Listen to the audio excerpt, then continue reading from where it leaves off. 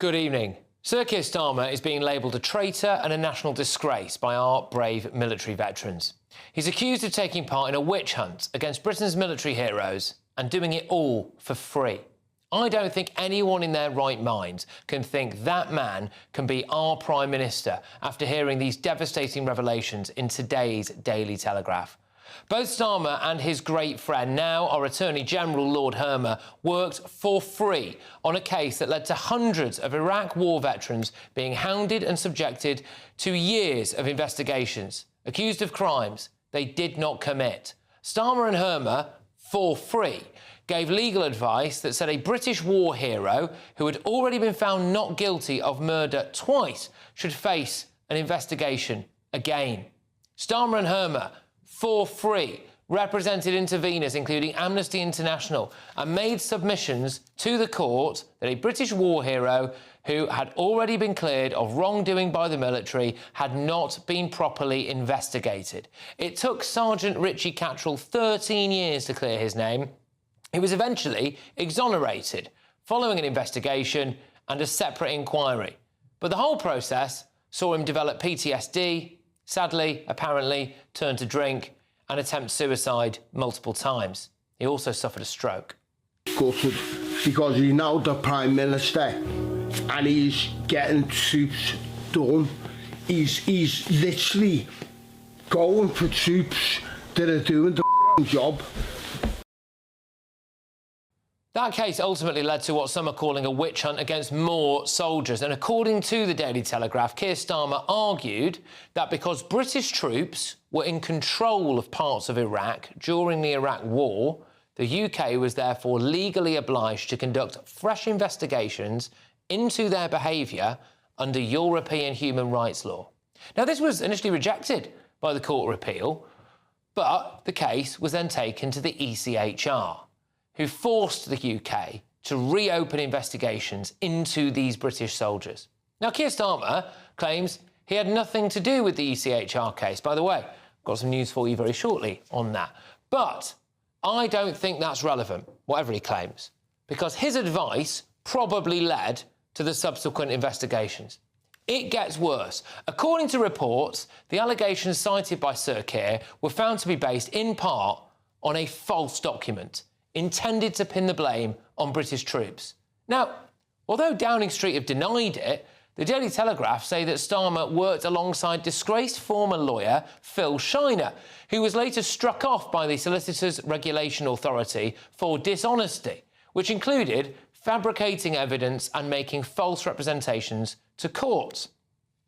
Look at these two. These men now run our country. What kind of a man works for free on a case that led to investigations of British military heroes? How have they ended up in charge of our great country? The mask has slipped for Sir Keir Starmer over this. He's represented various enemies of the state, IRA terrorists, he's represented Al-Qaeda chief Abu Qatada, he represented the now banned Islamist terrorist group Hizb ut-Tahrir in the ECHR, trying to get them off the banned list in Germany. But he's always been able to claim that he was using the cab rank rule, that he didn't get to pick and choose his clients, that representing a procession of enemies of Britain was just an unhappy coincidence. But on this case, he worked for free. No cab rank rule applies. It was a choice he made. Do you not think that's a bit weird? In a way, it all makes sense now. He's desperate to give away Britain's most vital military base, the Chagos Islands. He's just pushed through a law that could see countless Northern Ireland veterans in their 70s and 80s dragged into court to face historic allegations. This is the man who appeared to take his poppy off when he was doing a video about Islamophobia Awareness Month. He used to want to abolish the royal family. I often used to propose the abolition of the monarchy. The brass neck of this snivelling little human rights lawyer to say this just the other day. I consider President Trump's remarks to be insulting and frankly appalling. And I'm not surprised they've caused such hurt to the loved ones of those who were killed or injured. Look, of course, he was right to say that about Trump, don't get me wrong. But now it turns out that he worked on a case that opened the door for more criminal inquiries into our brave veterans. Sir Keir Starmer should apologise to veterans, he should hang his head in shame, and he should resign. And get a load of this, because the breaking news tonight, right now, in the Daily Telegraph is this. In a 2008 book, Sir Keir Starmer called for European human rights laws to be used to investigate British troops in Iraq. In the academic article, the now Prime Minister wrote that ECHR laws were, quote, far more effective than United Nations international laws, which he argued had been interpreted and developed by the US and the UK to suit them. The article was published in a 2008 book entitled The Iraq War and International Law. Who do you think put that book together? Oh, it was that lawyer Phil Shiner, who was subsequently convicted of fraud and struck off as a solicitor over false claims of abuse made against British soldiers.